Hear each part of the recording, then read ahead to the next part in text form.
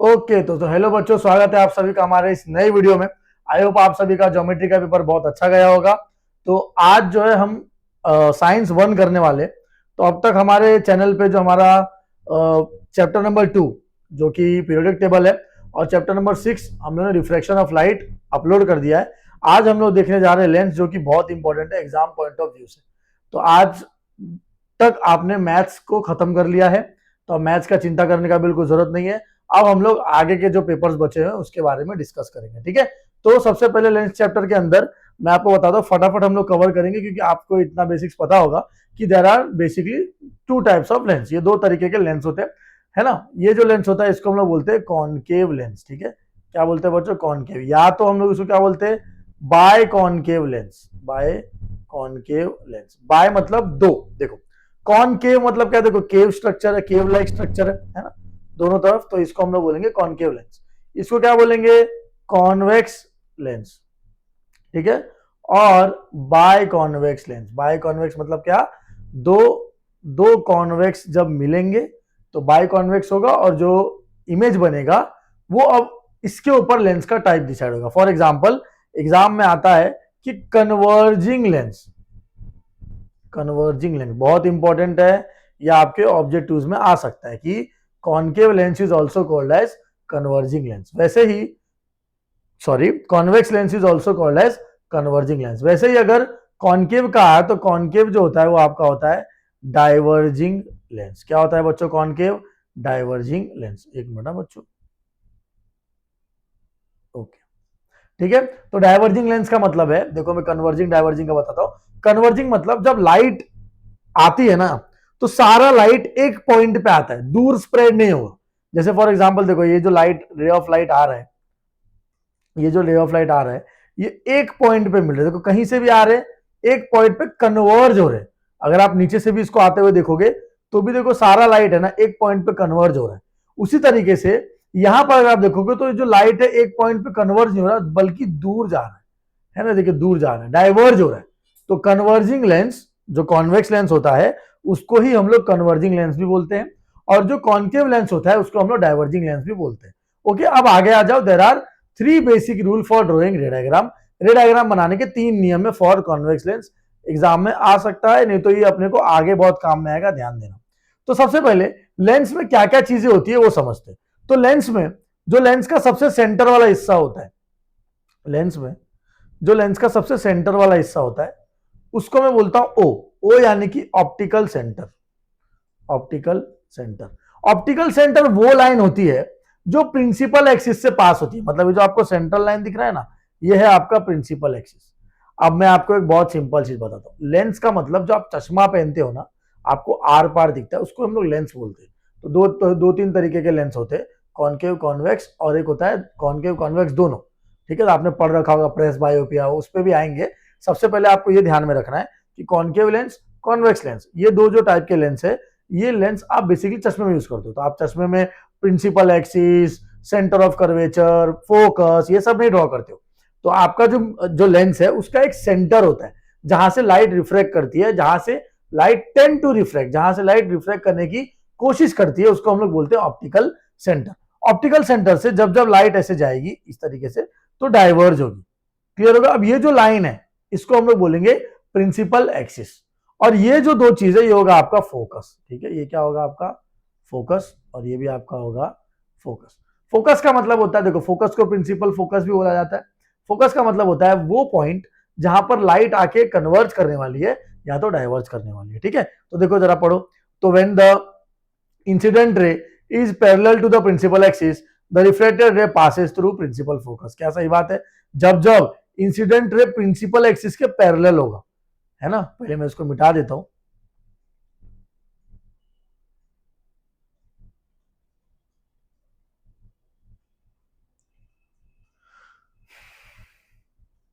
Check करो।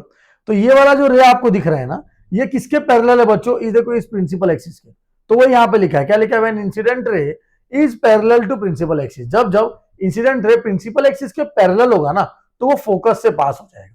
तो कहां से पास होगा? फोकस से। अगर वो लाइट भले ही नीचे से भी आ रही हो तो भी पैरेलल है प्रिंसिपल एक्सिस के, तो फोकस से पास हो जाएगी। ये था हमारा पहला नियम, क्या? कि when light is parallel to principal axis, when the ray of light is parallel to principal axis, then the refracted ray passes through focus, वो फोकस से पास करेगी। दूसरा नियम इसका बिल्कुल अपोजिट है कि जब जब लाइट फोकस से इंसिडेंट होगी, सपोज करो यहां पर आपने एक टॉर्च रखा और वो टॉर्च से लाइट आई, वैसे आपने अब यहां टॉर्च रखा और यहां से लाइट ऐसे आई, ठीक है। तो जब लाइट आएगी तो वो कहां से पास करेगी, फोकस से पास करेगी। तो when light passes through focus, जब जब लाइट फोकस से पास होगी तो किसके पैरेलल हो जाएगी बच्चों, प्रिंसिपल एक्सिस के पैरेलल हो जाएगी, है ना। जब जब लाइट फोकस से पास होगी तब तब वो क्या हो जाएगा बच्चों, प्रिंसिपल एक्सिस के पैरेलल हो जाएगा। तो पहला नियम क्या बोलता है, तो फर्स्ट लॉ बोलता है when light is parallel to principal axis it passes through focus. दूसरा नियम क्या बोलता है कि जब जब लाइट क्या हो बच्चों, तो जब जब लाइट फोकस से पास होगी तो वो क्या हो जाएगी, पैरेलल टू प्रिंसिपल एक्सिस हो जाएगी। क्लियर हो गया, समझ में आ गया, है ना। तो अब आगे देखते हैं, जो तीसरा नियम है वो क्या बोलता है, जो थर्ड लॉ है वो क्या बोलता है कि जब जब लाइट फोकस से ना पास होके, पैरेलल ना पास होके, आपके ऑप्टिकल सेंटर से पास होगी ना, तो वो सीधी निकल जाएगी, अनडेविएटेड निकल जाएगी। क्लियर हो गया, ओके। वो बाजू का लेक्चर करो, ठीक है, समझ में आ गया, है ना। तो ये आपको ध्यान रखना है, तीन नियम। पहला नियम क्या है कि जब जब लाइट प्रिंसिपल एक्सिस के, फॉर एग्जांपल ये कोई सा भी लेंस है, लाइट ऐसे प्रिंसिपल एक्सिस के पैरेलल होगी तो फोकस से पास करेगी, है ना। दूसरा नियम क्या बोलता है कि जब जब लाइट फोकस से पास होगी ना ऐसे, तो पैरेलल हो जाएगी प्रिंसिपल एक्सिस के, बिल्कुल इसका इस वाले का अपोजिट। और तीसरा बोलता है कि जब जब लाइट ऑप्टिकल सेंटर से पास होगी तो वो क्या होगा बच्चों, रिमेन्स अनडेविएटेड, सीधी निकल जाएगी। समझ में आ गया, क्लियर हो गया बच्चों। तो ये जो तीन नियम है ये आपको अच्छे से समझना है, क्या क्या नियम है। तो when incident ray passes through principal axis, principal focus से जब वो पास करेगी तो क्या हो जाएगा, रिफ्लेक्टेड रे किसके पैरेलल हो जाएगा बच्चों, प्रिंसिपल एक्सिस के पैरेलल हो जाएगा। तो पहला लॉ समझा, दूसरा लॉ समझा, तीसरा लॉ समझा। ये समझना क्यों जरूरी है, क्योंकि इसी के मदद से आप रे डायग्राम बनाते हो। तो याद रखो कि अगर ये प्रिंसिपल एक्सिस है और इंसिडेंट रे पैरेलल है तो कहां से पास होगी, फोकस से पास होगी। दूसरा, इंसिडेंट रे अगर फोकस से पास हो रही है तो प्रिंसिपल एक्सिस से क्या हो जाएगी, पैरेलल हो जाएगी। तीसरा, जब इंसिडेंट रे बिल्कुल सेंटर ऑफ द लेंस यानी कि ऑप्टिकल सेंटर से पास होगी तो इट रिमेन अनडेविएटेड, मतलब वो स्ट्रेट डायरेक्शन में जाएगी। ओके, एक मिनट बच्चों, ठीक है, इतना समझ में आ गया, इतना क्लियर हो गया आप लोग को। चलो आगे का देखते हैं, जरा आगे आ जाओ। तो आगे है ना, ये बहुत ही ज्यादा इंपॉर्टेंट है। इसमें से आपके बोर्ड एग्जाम के अंदर कोई ना कोई चीज आएगा, या तो देखो वो आपको बोलेंगे ओके, या तो वो आपको बोलेंगे ड्रॉ रे डायग्राम, ड्रॉ रे डायग्राम फॉर, बता देंगे ऑब्जेक्ट यहां पर रखा हुआ है, इमेज कहां पर बनेगा।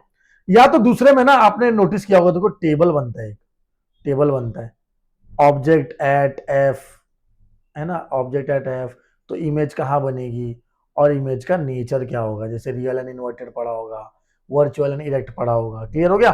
तो इस तरीके के इसके दो क्वेश्चन आते हैं। कैसे आते हैं बच्चों, या तो ड्रॉ रे डायग्राम बोलेंगे, ड्रॉ करना बहुत सिंपल है, वो आपको बता देंगे कि ऑब्जेक्ट इस पोजीशन पे, इसका रे डायग्राम बना।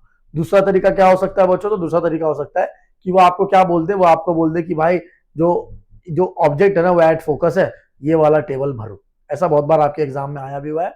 आप अगर पीवाईक्यूज लेके बैठोगे तो आपको समझ में आ जाएगा कि या तो ये पूछते हैं तो या तो टेबल वाला क्वेश्चन पूछते हैं। इसका मतलब ये बहुत ज्यादा इंपॉर्टेंट है, एग्जाम में आने के पूरे पूरे चांसेस है। ठीक है, तो सबसे पहले तो मुझे एक बात बताओ, there are 6 type of ray diagram, और रे डायग्राम किसके लिए बच्चों, कॉन्वेक्स लेंस के लिए। ठीक है, मुझे बताओ रे डायग्राम किसके मुताबिक बनेगा, तो रे डायग्राम बनेगा ये तीन नियम के मुताबिक, जो तीन लॉ है उसके ऊपर आपका रे डायग्राम बनेगा। क्लियर हो गया। तो सबसे पहले मुझे एक बात बताओ, अगर आप इधर ध्यान दे दो, अगर आप इधर ध्यान दे दो तो आपने नोटिस किया होगा सबसे पहले ऑब्जेक्ट कहां पर है बच्चों, इंफिनिटी पे। अब मैं आपको एक बहुत इंपॉर्टेंट चीज बताता हूं, सपोज करो ये पेड़ है, ठीक है, ये पेड़ है और ये है ना, ये इस तरीके से, इस तरीके से ये आपका लेंस है। ठीक है, ये आपका कॉनकेव लेंस है, कॉनकेव लेंस। ठीक है, ओके, और ये पेड़ से ना लाइट आई। अब लाइट कैसे आएगी बच्चों, सीधी आएगी ना, है ना। ये देखो ये आपका F1 focus 1, optical centre focus 2, तो जो लाइन है वो सीधी आएगी ना, क्योंकि ऑब्जेक्ट क्या है, बहुत दूर है, एट इंफिनिटी है। तो कहां से पास होगी बच्चों, कहां से पास होगी? देखो कॉन्सेप्ट समझो, क्या कॉन्सेप्ट पढ़े थे हमने? पढ़ा था कि when the ray of light is parallel to principal axis, क्या ये प्रिंसिपल एक्सिस के पैरेलल है? बिल्कुल। तो क्या यही लाइट इस पेड़ से आ रही है, इस तरीके से पैरेलल है प्रिंसिपल एक्सिस के, तो कहां से पास हो जाएगी? फोकस से पास हो जाएगी। समझ में आया? क्लियर हुआ? वैसे ही पेड़ के नीचे वाला हिस्सा को भी अगर आप देखोगे तो parallel to principal axis passes through focus, concept बदलेगा नहीं। क्लियर हो गया? समझ में आ गया? अब आप बोलोगे सर ऑब्जेक्ट तो इन्फिनिटी पे रखा है, तो आधे लोग को लगता है कि इनफाइनाइट डिस्टेंस पे रखा है, मतलब क्या? इनफाइनाइट डिस्टेंस पे रखा है मतलब ऑब्जेक्ट है ना कहीं तो यूनिवर्स में, ऐसा नहीं है। मैं आपको बताता हूं, देखो सपोज करो ये मैग्नेट है, ये एक मैग्नेट है, मैग्नेट ए, और ये दूसरा मैग्नेट है, मैग्नेट बी। अब ये दोनों है ना एक दूसरे के दूर है, ज्यादा नजदीक नहीं है। ये इसी मैग्नेट को मैं अगर यहां रख दूं, मैग्नेट बी को अगर मैं यहां रख दूं, तो साइंस के भाषा में, अब ये दूर हो गए ना बहुत, ए से लेके बी का डिस्टेंस बहुत बढ़ गया, तो साइंस के भाषा में इसी को मैं बोलता हूं इन्फिनिटी या इनफाइनाइट। मतलब ऑब्जेक्ट क्या है? बहुत दूर है, जहां से आप दो मैग्नेट अट्रैक्ट नहीं होगा। उसी तरीके से ये पेड़ प्रिंसिपल एक्सिस वाले लाइन पे नहीं है, प्रिंसिपल एक्सिस से दूर है, जिस वजह से मैंने इसको क्या बोल दिया बच्चों कि ये एट इंफिनिटी है। तो पहला कॉन्सेप्ट समझा आपको? क्या कॉन्सेप्ट है? कॉन्सेप्ट बहुत सिंपल है, मैं आपको समझाते जाता हूं, आप समझते जाओ क्या होगा। सबसे पहले फर्स्ट वाले का मैं बताता हूं। तो ऑब्जेक्ट कहां पर है? ऑब्जेक्ट एट, ठीक है, ऑब्जेक्ट कहां पर है? तो मैं लिख सकता हूं कहां पर है बच्चों ऑब्जेक्ट? तो ऑब्जेक्ट एट इंफिनिटी, ये आपका क्वेश्चन बन सकता है। अच्छा, अब वो आपसे पूछेगा position of image, image at कहां पे इमेज बना? कहां पर इमेज बना बच्चों? एट फोकस, फोकस पे इमेज बना। चेक करो ना, बराबर ना, बराबर फोकस पे इमेज बना है ना। अच्छा, अब वो आपसे पूछ सकते हैं साइज ऑफ इमेज, इमेज का साइज क्या है? क्या इमेज बहुत छोटी बनी? क्या एक पॉइंट साइज जितनी इमेज बनी? तो मैं क्या लिख दूंगा? Point size. क्या लिख दूंगा बच्चों में? Point size. अब आते हैं लास्ट कॉन्सेप्ट पे, जो कि है नेचर ऑफ इमेज, जो कि क्या है बच्चों? नेचर ऑफ इमेज, कि जो इमेज है उसका नेचर बताओ कि वो किस नेचर का इमेज है। तो मैं आपको समझाता हूं। इमेज है real and inverted, real and inverted. अब आप समझो कि इमेज रियल एंड इन्वर्टेड क्यों है, मैं आपको कॉन्सेप्ट बता देता हूं। तो एक चीज समझो, जो इमेज रियल है वही इमेज क्या बनेगी बच्चों? इन्वर्टेड। मतलब ये दोनों पार्टनर्स है। और जो इमेज वर्चुअल है वही इमेज क्या बनेगी बच्चों? इरेक्ट बनेगी। मतलब जो इमेज वर्चुअल है वही। तो कभी आप ये नहीं सुनोगे कि the image is virtual and inverted. देखो इसमें भी ऑब्जेक्टिव आ सकता है कि if the object is at infinity, तो जो इमेज बना उसका नेचर क्या है? तो ऑप्शन में ये दो तो रहेगा ही, तीसरा चौथा कॉम्बिनेशन बना देंगे, virtual and inverted, real and erect. तो देखो दो क्वेश्चन तो वैसे ही आप स्किप कर सकते हो। क्यों दो ऑप्शन आप स्किप क्यों कर सकते हो? क्योंकि कभी भी सर ने बताया था कि इमेज रियल होगी तो वही इमेज क्या होगी? इन्वर्टेड होगी। वर्चुअल होगी तो वही इमेज क्या होगी? इरेक्ट होगी। क्लियर हो गया? समझ में आ गया इतना? ओके, तो अभी तीसरा चौथे को मिटा देता हूं, क्योंकि दो ही टाइप का इमेज बनेगा, है ना। थर्ड और फोर्थ को मिटा देता हूं। ओके, अब पहचाने कैसे कि कौन सी इमेज रियल एंड इन्वर्टेड है, कौन सी इमेज वर्चुअल एंड इरेक्ट है? बहुत सिंपल है कि जब सपोज करो ये लेंस है, लेंस के राइट साइड में इमेज बनेगी ना, जब लेंस के राइट साइड में इमेज बनेगी तो वो इमेज होगी रियल एंड इन्वर्टेड। और जब लेंस के लेफ्ट साइड में इमेज बनेगी ना, तो वो इमेज होगी वर्चुअल एंड इरेक्ट। देखो मैं आपको बताता हूं, यहां चेक करो, तो इसमें देखो राइट साइड में बनी, राइट साइड में, तो ये रियल एंड इन्वर्टेड है, ये समझा? ये क्लियर हुआ?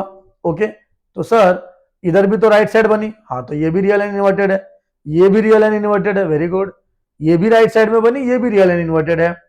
अच्छा, अब ये देखो इन्फिनिटी में बन रही है, पैरेलल है ना, तो पैरेलल लाइन आपने पढ़ा होगा, what is the property of parallel line? Parallel line कभी एक दूसरे से नहीं मिलते, ठीक है। वो कहां पर मिलते हैं? एट इंफिनिटी, है ना।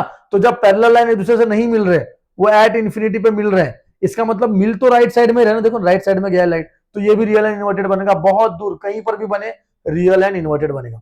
चेक करो, क्या इमेज इधर यहां बनी है क्या? ये कैसी बनी है? देखो इसी साइड बन गई, दिख रहा है? तो ये इमेज कैसे बनेगी, ये इसका नेचर क्या होगा, वर्चुअल एंड इरेक्ट। इसका मतलब कॉन्वेक्स लेंस में अगर 6 रे डायग्राम है तो 6 में से 5 रे डायग्राम के अंदर जो आपकी इमेज बनेगी बच्चों वो होगी real and inverted. I hope आपको ये फर्स्ट वाला पार्ट समझ में आ गया होगा। ठीक है, हम लोग बढ़ते हैं आगे की तरफ जल्दी जल्दी। Okay,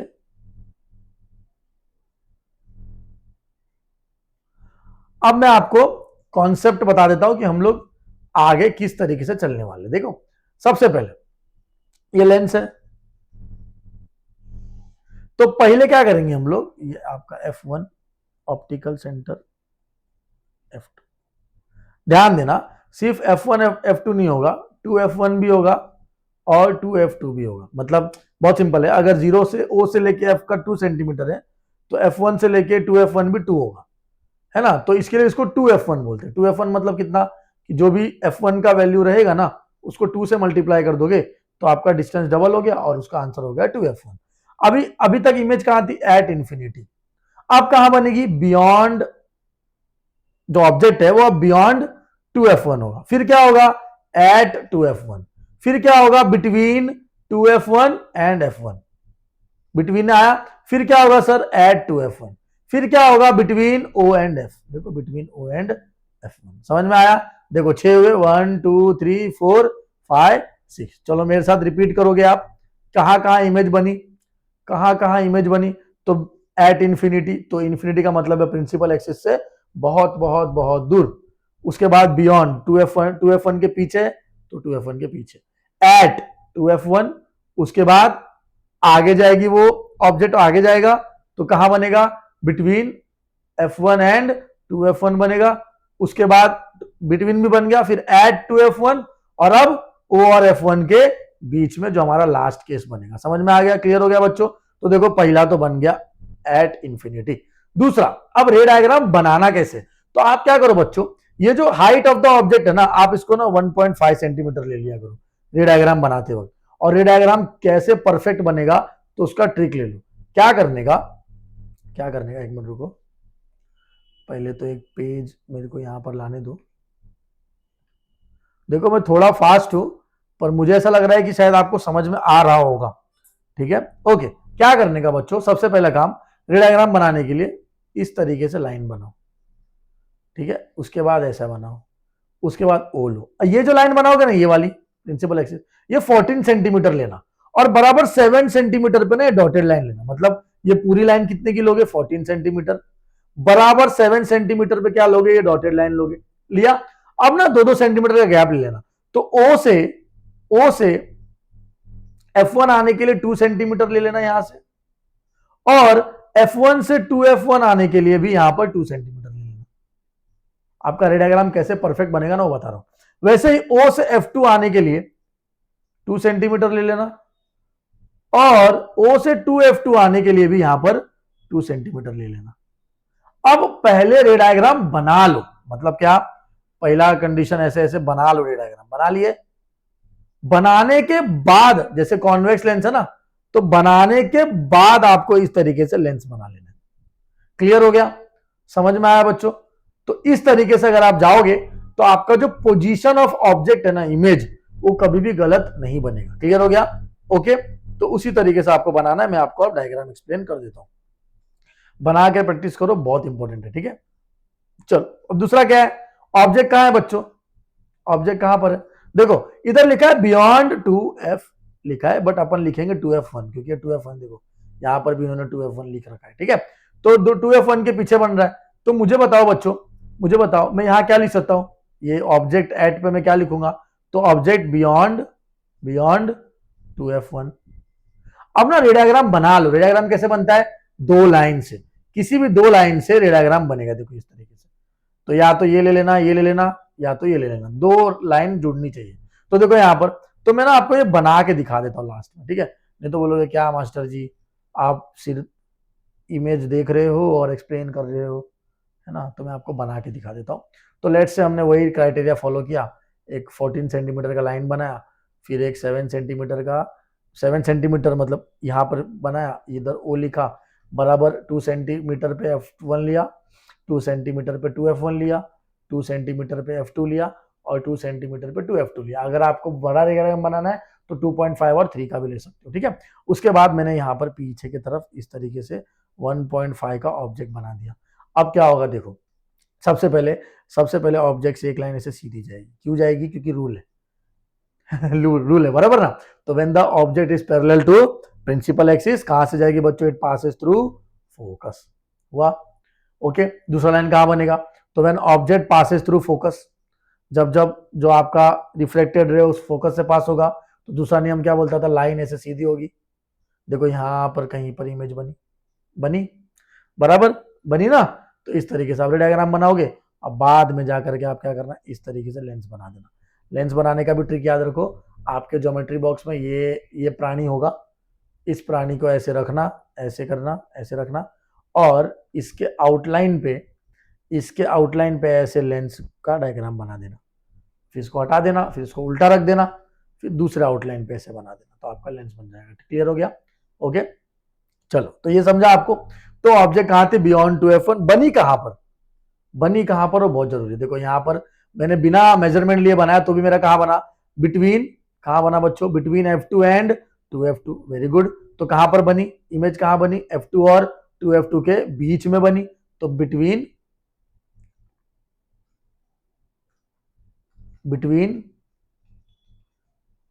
f2 and 2f2। ठीक है, क्लियर हो गया? f2 और 2f2 के बराबर हो इमेज, बीच में सेंटर वाले हिस्से में बनी है ना। उसके बाद देखो साइज ऑफ इमेज। आप क्या करना पता है बच्चों? अब देखो मुझे पता है तो मैं आपको बता दे रहा हूं। आपको क्या करना है पता है? आपको ना एग्जाम में जैसे 1.5 लिए हो ना, तो ये 1.5 से कम हुआ तो स्मॉल साइज लिख देना, और अगर 1.5 से ज्यादा हुआ तो क्या लिख देना? लार्ज लिख देना। क्या लिख देना बच्चों? लार्ज। तो इस केस में जो इमेज का साइज है ना वो लार्ज है। ठीक है, क्लियर हो गया? लार्ज या एनलार्ज भी बोलते हैं, दोनों में से कोई एक लिख दोगे तो भी चलेगा। नेचर क्या है? नेचर पहचाना तो अब ऐसे अपने लिए बाएं हाथ का खेल है। क्या है नेचर बच्चों? तो नेचर क्या होता है? अगर राइट साइड में बनी, चेक करो क्या इमेज राइट साइड में बनी है। देखो लेंस है, लेंस के राइट साइड में इमेज बनी, तो अगर लेंस के राइट साइड में इमेज बनी तो इमेज का नेचर क्या हो जाएगा बच्चों? इमेज का नेचर हो जाएगा रियल एंड इन्वर्टेड। क्या हो जाएगा नेचर? Real and inverted. तो इस तरीके से आपका सेकंड वाला जो एग्जाम्पल है वो भी सॉल्व हो गया। थर्ड वाले एग्जाम्पल पे आते हैं फटाफट। थर्ड वाले एग्जाम्पल पे आते हैं।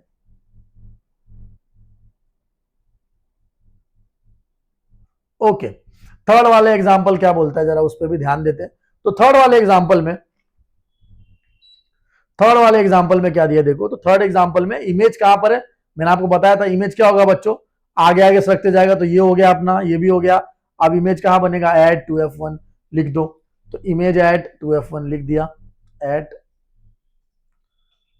Eight 2f1।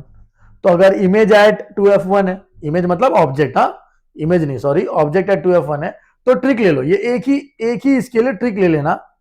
ये एक ही चीज के लिए ट्रिक ले लेना। ट्रिक क्या है बताया बच्चों? अगर ऑब्जेक्ट एट 2f1 बनेगा ना, अगर ऑब्जेक्ट एट 2f1 बनेगा तो आपका इमेज भी 2f2 पे बनेगा। सेम जैसे यहां पर 2f1 पे बना, यहां पर भी 2f2 पे बनेगा। अब मुझे एक बात बताओ, क्या इमेज का साइज सेम होगा? होगा ना। अगर कोई इमेज 2f1 पे, ऑब्जेक्ट 2f1 पे रखी हुई है, अगर कोई ऑब्जेक्ट 2f1 पे रखी हुई है और वो 2f2 पे बन जा रही है, तो उसका साइज क्या होगा? उसका साइज ऑब्वियसली बात है सेम हो जाएगा। तो यहां पर भी अपन वही लिखे कि जो साइज है वो क्या हो जाएगा बच्चों?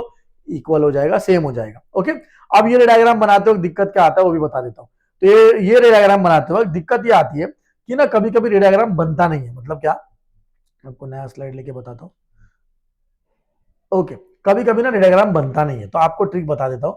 एक ऐसे स्ट्रेट लाइन लो, ये ऐसे लाइन लो जो बताया था वही 14 सेंटीमीटर, फिर 7 सेंटीमीटर पे सेंटर में लेंस का लाइन खींच देना।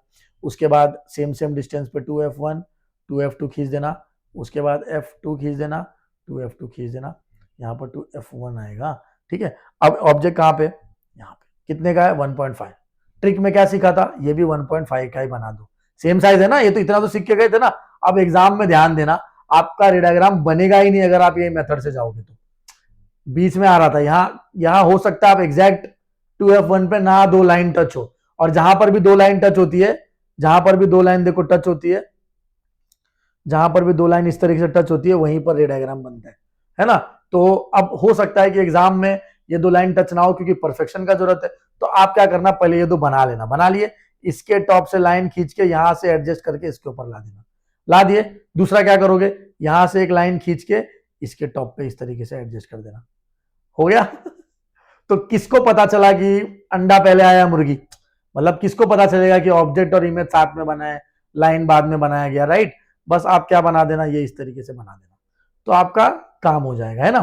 क्लियर हो गया, तो यही ट्रिक है। तो इमेज कहां बना, तो इमेज बना at 2f2। Nature of image obvious सी बात है, राइट साइड में बन रहा है, तो रियल एंड इन्वर्टेड। तो टाइम वेस्ट ना करते हुए हम लोग आगे चलते हैं, हमारा थर्ड वाला हिस्सा भी हो गया। मैं चाहता हूं कि फोर्थ और फिफ्थ आपको मैं यहीं पर समझा दूं, आप एक बार घर पे बना के ट्राई करोगे, ठीक है। तो ऑब्जेक्ट इस बार कहां पर है बच्चों, 2f1 और f1 के बीच में ना, तो एक लाइन तो पैरेलल निकाल देना ऐसे। दूसरा लाइन है ना, आप यहां से भी निकाल सकते थे, इस तरीके से, इस तरीके से निकाल सकते थे, चलता है। लेकिन लेकिन अगर आप ओ से निकालोगे तो ओ का नियम क्या बोलता है, व्हेन अ रे of light passes through optical centre, तो क्या होगा बच्चों, वो स्ट्रेट निकल जाएगा ना, सीधा निकल जाएगा, बराबर। और सीधा निकलने के बाद चेक करो कि इमेज कहां बनी, 2f1 के पीछे, मतलब ये जो 2f2 है उसके पीछे बनी। अब हिंट ले लो, है ना, आप हमारे क्लास में पढ़ रहे हो, हमसे पढ़ रहे हो, तो आपको हिंट देना तो बहुत जरूरी है। तो हिंट क्या है, हिंट ले लेते हैं। ओके, हिंट क्या है, जैसे जैसे इमेज आगे बढ़ते जाएगी ना, मतलब जैसे जैसे ऑब्जेक्ट, जो ऑब्जेक्ट है वो आगे बढ़ते जाएगा, वैसे वैसे इमेज पीछे जाते जाएगी और बड़ी बनती जाएगी। क्या बोला मैंने, जैसे जैसे ऑब्जेक्ट आगे आएगा, जैसे जैसे देखो यहां पर एकदम पॉइंट साइज इमेज था क्योंकि ऑब्जेक्ट बहुत पीछे था, 2f1 पे आया एनलार्ज, 2f1 पे इधर आया तो सेम, इधर बियॉन्ड 2f1 था, इधर 2f1 था। उसके बाद देखो आगे खस की, तो आपको देख के ही पता चलता है कि इमेज क्या बनी बच्चों, एनलार्ज बनी। ये समझा। तो ऑब्जेक्ट बिटवीन कहां लिखोगे, एट नहीं लिखोगे, बिटवीन लिखोगे, f2 and sorry f1 and 2f1। उसके बाद आप क्या लिखोगे, इमेज कहां पर बनी, इमेज बनी 2f2 के पीछे, तो क्या लिखोगे, बियॉन्ड 2f2। ये समझ में आ गया, इतना क्लियर हो गया। अब इमेज का देखो उल्टी बनी तो क्या नेचर होगा, रियल एंड इन्वर्टेड। और दूसरा बात, इमेज देख के ही पता चलता है बड़ी बनी है, तो क्या लिखोगे, एनलार्ज लिखोगे। क्लियर हो गया। उसी तरीके से यहां पर आ जाओ, यहां पर आओगे ना तो आपका जो दो लाइन है ना, इस तरीके से पैरेलल आ जाएगा, नियम फॉलो करोगे तो parallel to principal axis passes through focus, और एक लाइन जो ऑप्टिकल सेंटर से इस तरीके से पास होगी, तो जो दोनों लाइन है ना पैरेलल हो जाएगा। अब मेरा सवाल यह है कि भले ही दो लाइन पैरेलल हो, लेकिन मिली कहां पर, राइट साइड में, तो आपका जो नेचर होगा अगेन नियम के हिसाब से रियल एंड इन्वर्टेड होगा। लेकिन साइज क्या होगा बच्चों, तो साइज होगा आपका, सेम साइज को हटा दो, हाईली एनलार्ज्ड। मैंने क्या बोला था, ऑब्जेक्ट जितना आगे आएगा ना, इमेज उतना बड़ा बनेगा, बराबर। लेकिन ये इमेज अगर इंफिनिटी पे बन रही है तो सोचो कितनी बड़ी इमेज होगी। मैं आपको बताता हूं, देखो ऑब्जेक्ट इंफिनिटी पे थी, पूरा का पूरा पेड़ था, इमेज कितना बना, इतना सा पॉइंट साइज। उसी तरीके से अगर ऑब्जेक्ट कहां पर है बच्चों, अगर ऑब्जेक्ट आगे सरक रही है, मतलब एट f1 पे है ना, तो इमेज कहां बनेगी, बहुत दूर बनेगी। तो जब इमेज बहुत दूर बनेगी तो उसका नेचर क्या, साइज क्या हो जाएगा, हाईली एनलार्ज्ड। और यहां पर क्या लिखोगे, इमेज एट इंफिनिटी, इंफिनिटी पे बनी ना भाई, तो इमेज एट इंफिनिटी। लास्ट वाला देख लो, लास्ट वाला थोड़ा इंटरेस्टिंग है, इसलिए मैं आपको बना के बता देता हूं उसको, ठीक है। लास्ट वाले को मैं आपको बना के बता देता हूं, नया स्लाइड ऐड करते हैं। अगेन यहां पर भी सेम काम करना है अपने को, तो यहां पर अपने को 14 सेंटीमीटर का लाइन खींचना है, एग्जैक्ट 7 सेंटीमीटर पे एक ऐसे डॉटेड लाइंस बना देने हैं, 2 सेंटीमीटर पे f1 और 2f1 ले लेना है, यहां पर भी f2 और 2f2 ले लेना है, ओके। उसके बाद क्या होगा ध्यान देना, उसके बाद इमेज कहां पर है इस बार, बिटवीन, इमेज कहां पर है इस बार, बिटवीन o एंड f, ठीक है। तो एक तो नियम बनेगा parallel to principal axis, parallel to principal axis passes through focus, और दूसरा बनेगा पासेस थ्रू ऑप्टिकल सेंटर। देखो बच्चों मेरे पास जो स्केल नहीं है इसलिए ऐसा बनाया मैंने, लेकिन देखो पैरेलल है, ठीक है। क्लियर हो गया। अब ध्यान देना पैरेलल नहीं बनेगा, सॉरी, आप ध्यान देना, अगर मैं इसको ढंग से स्केल से बनाऊं, अगर मैं इसको ढंग से स्केल से बनाऊं तो ना ये कुछ इस तरीके से बनेगा। देखो मतलब ये यहां पर तो दिख रहा है कि ये दूर होगा, है ना, चेक करो ये क्या होगा, ये दो लाइन अगर ऐसी है तो आगे भी जाएगी ना, तो ऐसी जाएगी। लेकिन अगर दो लाइन ऐसी है तो ये आगे तो दूर होगी, लेकिन अगर आप इसको इधर पीछे की तरफ मिलाओगे तो मिल जाएगी। उसी तरीके से अगर मैं इसको पीछे मिलाऊं, अगर मैं इसको पीछे मिलाऊं यहां और इसको भी पीछे मिलाऊं यहां पर, तो ये यहां कहीं पर मिल रही है। तो ना अब आप याद रखना, किसी बच्चे का ना यहां पर मिलेगा, किसी का यहां मिलेगा, किसी का बहुत पीछे मिलेगा। इसीलिए ना, इसीलिए इसका जो पोजीशन है ना वो हमेशा आपको ध्यान में रखना है। तो मैं सबसे पहले मिटा देता हूं ये, और आपको आई होप आपको रे डायग्राम समझा होगा। ठीक है, पहले मैं इसको मिटा देता हूं, फिर आपको मैं अच्छे से एक्सप्लेन कर दूंगा कि क्या कॉन्सेप्ट लग रहा है यहां पर। ओके, हाँ ध्यान देना बच्चों। तो ये इमेज, ये जो इमेज है वो यहां तो मिलने से रही कभी भी, लेकिन उसको पीछे की तरफ लेके जाओगे ना तो वहां पर मिल रही है, राइट। तो मैं क्या बोल सकता हूं, मैं क्या बोल सकता हूं बच्चों, ऑब्जेक्ट है, कहां पर ऑब्जेक्ट है, तो ऑब्जेक्ट कहां पर है बच्चों, तो सबसे पहले मैं बोलूंगा कि जो हमारा ऑब्जेक्ट है ना वो बिटवीन किसके, ओ और एफ है, तो between, between O and F one, ये समझा। उसके बाद ऑब्जेक्ट कहां पर बनेगा, तो ऑब्जेक्ट है ना, ऑब्जेक्ट है ना क्या बनेगा पता है, on the same side of the object, क्या लिखोगे, on the same side of the object. मतलब क्या, जिस तरफ ऑब्जेक्ट रखा हुआ है उसी तरफ इमेज बनेगा। जरूरी नहीं है इन इन भाई साहब का 2F1 के पीछे बना, मेरा भी 2F1 के पीछे बना तो 2F1 के ही पीछे होगा, ऐसा कोई भी हार्ड एंड फास्ट नियम नहीं है। ओके, साइज क्या होगा बच्चों, साइज क्या होगा, इससे बड़ी बनी, इससे बड़ी बनी तो एनलार्ज लिखोगे, या तो क्या लिख दोगे, हाईली एनलार्ज लिख दोगे।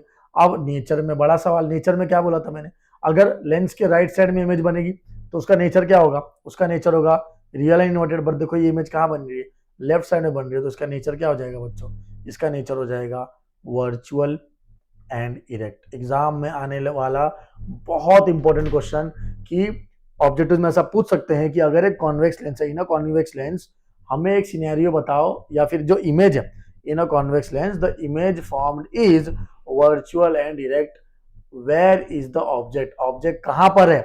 अगर इमेज वर्चुअल एंड इरेक्ट बनता है तो ऑब्जेक्ट कहां पर है बच्चों, तो ऑब्जेक्ट है बिटवीन ओ एंड F1।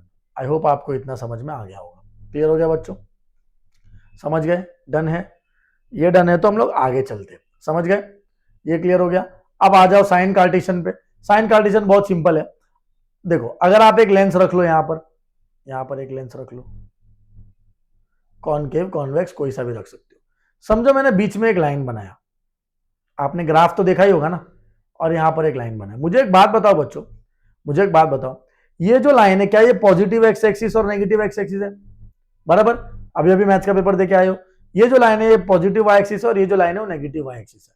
तो इसका मतलब है जो भी चीज यहां पर होगी डिस्टेंस, जो भी डिस्टेंस लेफ्ट में होगा या जो भी डिस्टेंस राइट में होगा उसका वैल्यू पॉजिटिव होगा कि नेगेटिव, कैसे पता चलेगा, तो कोई भी डिस्टेंस अगर लेफ्ट में रह रहे हो तो नेगेटिव एक्स एक्सिस है, तो डिस्टेंस क्या होगा बच्चों, नेगेटिव। कोई भी डिस्टेंस अगर लेफ्ट में होगा तो नेगेटिव होगा, लेंस के लेफ्ट में नहीं होना चाहिए तो नेगेटिव हो जाएगा। अगर लेंस के राइट साइड में है तो क्या बनेगा बच्चों, पॉजिटिव होगा, क्योंकि यहां पर कौन है, पॉजिटिव एक्स एक्सिस है। उसी तरीके से अगर कोई भी हाइट ऊपर की तरफ है, अगर कोई भी हाइट, अगर कोई भी हाइट इस तरीके से, अगर कोई भी हाइट ऊपर की तरफ है तो वो क्या होगी पता है, पॉजिटिव होगी, अपवर्ड। क्यों, क्योंकि यहां पर पॉजिटिव वाई एक्सिस है। अगर वही हाइट नीचे की तरफ होगी तो क्या होगी, डाउनवर्ड होगी, मतलब नेगेटिव होगी।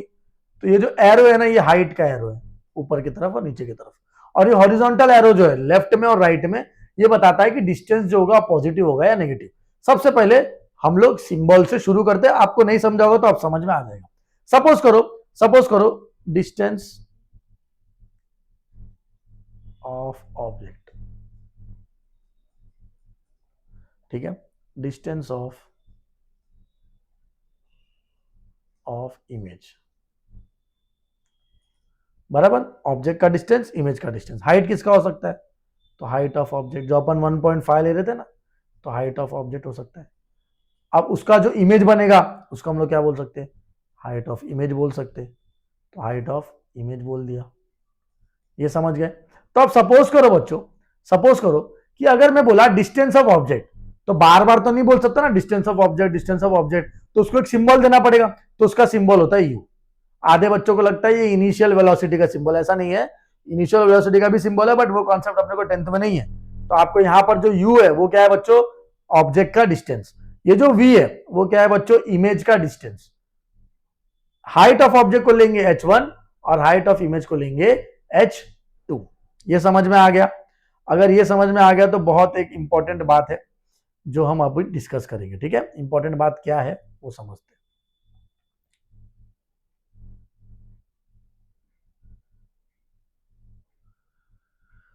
हाँ, तो मुझे एक बात बताओ, किसी भी रे डायग्राम में, किसी भी रे डायग्राम में आपने अब तक ऑब्जेक्ट कहां पर रखा है बच्चों, आपने अब तक ऑब्जेक्ट कहां पर रखा है, देखो लेफ्ट लेफ्ट लेफ्ट लेफ्ट, यहां पर भी लेफ्ट है, यहां पर भी लेफ्ट है।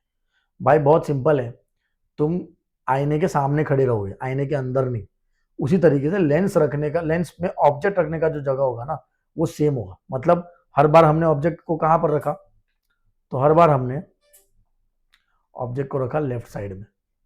तो मुझे एक बात बताओ, इस ऑब्जेक्ट का डिस्टेंस क्या होगा, ऑब्जेक्ट डिस्टेंस को क्या बोलते हैं, ऑब्जेक्ट डिस्टेंस को क्या बोलते हैं हम लोग, ऑब्जेक्ट डिस्टेंस को बोलते हैं, ऑब्जेक्ट डिस्टेंस को क्या बोलते हैं, यहां चेक करो बच्चों, ऑब्जेक्ट डिस्टेंस क्या बोलते हैं, यू बोलते हैं। तो मुझे एक बात बताना, इसको हम लोग क्या बोलेंगे, यू बोलेंगे। और आपको ऐसा नहीं लगता कि object distance is always negative, object distance या distance of object is always negative, is always negative. सोच के देखो ना, जो डिस्टेंस ऑफ ऑब्जेक्ट है वो हमेशा नेगेटिव है। क्यों भाई, ऑब्वियस ही बात है, वो लेफ्ट साइड में है ना, तो हमेशा हमने ऑब्जेक्ट को कहां रखना है, लेफ्ट साइड में रखना है, बराबर। तो अगर कोई भी ऑब्जेक्ट लेफ्ट साइड में रखी हुई है तो उसका डिस्टेंस क्या होगा, बट फॉर श्योर है कि वो क्या होने वाला है, नेगेटिव। तो ये कंपलसरी है, ऑब्जेक्ट का जो डिस्टेंस होगा वो हमेशा नेगेटिव होगा। ये समझा, ये चमका, ये क्लियर हुआ, ये समझ में आया। अब मुझे एक बात बताओ बच्चों, आप मिरर के सामने सीधा खड़े होते हो या सिर के बल खड़े होते हो, सीधा खड़े होते हो, कैसा सवाल है मास्टर जी, सीधा ही खड़े होते हो, बराबर। तो मुझे एक बात बताओ, ये मिरर है या ये मिरर है या लेंस है, लेंस के सामने ऑब्जेक्ट हमेशा कैसी होगी, सीधी होगी। हमने जो ट्री भी बनाया था ना, हमने जो ट्री बनाया था, कहां बनाया था, कहां बनाया था, हाँ ये जो ट्री है ये भी सीधी थी। तो इसका मतलब है ऑब्जेक्ट हमेशा, ऑब्जेक्ट क्या होता है h1, हाइट हमेशा क्या होता है ऑब्जेक्ट का h1। तो हमेशा height of object, height of object is always positive, always positive. Positive ही क्यों, तो पॉजिटिव ही क्यों का जवाब इधर है कि जब हाइट ऊपर की तरफ होगी तो पॉजिटिव वाई एक्सिस को रिजेंबल करेगी। इसका मतलब दो चीज रे डायग्राम बनाने के पहले कोई सा भी क्वेश्चन आए, ऑब्जेक्ट का पोजीशन कहीं पर भी हो, दो चीज तो कंफर्म है बॉस, कि डिस्टेंस ऑफ ऑब्जेक्ट हमेशा नेगेटिव होगा क्योंकि वो लेफ्ट साइड में नेगेटिव एक्स एक्सिस की तरफ है, और हाइट ऑफ ऑब्जेक्ट हमेशा पॉजिटिव होगा। ये समझ में आ गया, ये क्लियर हो गया। अगर ये क्लियर हो गया तो मैं आगे चलता हूं, ये समझ गए, ये क्लियर हो गया। तो ये आपको समझने की जरूरत है ना, ये आपको पता होना चाहिए कि जो हाइट है या जो डिस्टेंस है वो क्या होने वाला है, वो पॉजिटिव होने वाला है कि नेगेटिव होने वाला है। समझ में आ गया, साइन कार्टेशियन समझा, साइन कार्टेशियन समझ में आ गया सबको, है ना। तो दो चीजें आपको ऑब्जेक्टिव्स के अंदर पूछी जा सकती है, जो कि है ये वाला टॉपिक एक, और एक ये वाला टॉपिक। आप इसको बहुत अच्छे से करके जाओ, ठीक है। तो बढ़ते हैं आज के हमारे लास्ट टॉपिक पे, फिर हम लोग अगले वीडियो लेक्चर में न्यूमेरिकल, मायोपिया, हाइपरमेट्रोपिया और प्रेस बायोपिया करेंगे, uses of concave convex lens करेंगे, फिर हम लोग इस चैप्टर को भी खत्म कर देंगे। ये चैप्टर दो पार्ट में होगा, तो ये पहला वीडियो होगा जहां पर हम लोग फॉर्मूला कर रहे हैं, ठीक है। तो इसको बोलते हैं हम लोग लेंस फॉर्मूला। क्या होता है, 1/f is equal to 1/v minus 1/v। ऐसा लिखो तो भी चलेगा, मैं बोलता हूं ऐसा लिखो 1/f। f क्या होता है बच्चों, focal length. Sir focal length के बारे में आपने बताया नहीं, देखो फोकल लेंथ जो होता है ना बच्चों, फोकल लेंथ है ये, फोकल लेंथ जो होता है ना वो इसको बोलते हैं ऑप्टिकल सेंटर से लेके फोकस तक के लेंथ को। ये देखो ये ऑप्टिकल सेंटर है, ये f1 है और ये 2f1 है। तो ऑप्टिकल सेंटर से लेके फोकस तक के लेंथ को हम लोग क्या बोलते हैं बच्चों, फोकल लेंथ। ये समझ में आया? चाहे मिरर कोई सा भी हो, ऑप्टिकल सेंटर से लेके फोकस तक का डिस्टेंस को हम लोग बोलते हैं फोकल लेंथ। ये क्लियर हो गया बच्चों? ये क्लियर हो गया? तो ये क्या हो गया 1/f, यानी कि वो f क्या है बच्चों? फोकल लेंथ ऑफ द अपना लेंस है। v क्या है? अब ये भी देखे थे, distance of image, very good. u क्या है? डिस्टेंस ऑफ ऑब्जेक्ट, और दोनों को माइनस करना। अब मेरा आपसे एक सवाल है, देखो मेरा नहीं, हम लोग ये न्यूमेरिकल बाद में करने वाले हैं, लेकिन मैं अभी आपको एक चीज दिखा देता हूं, अगले वीडियो में करेंगे, बट मैं आपको दिखा देता हूं। An object is placed vertically at a distance of 20 centimeter from convex lens. एक कॉन्वेक्स लेंस है और उसमें ऑब्जेक्ट है ना, उसमें ऑब्जेक्ट है ना,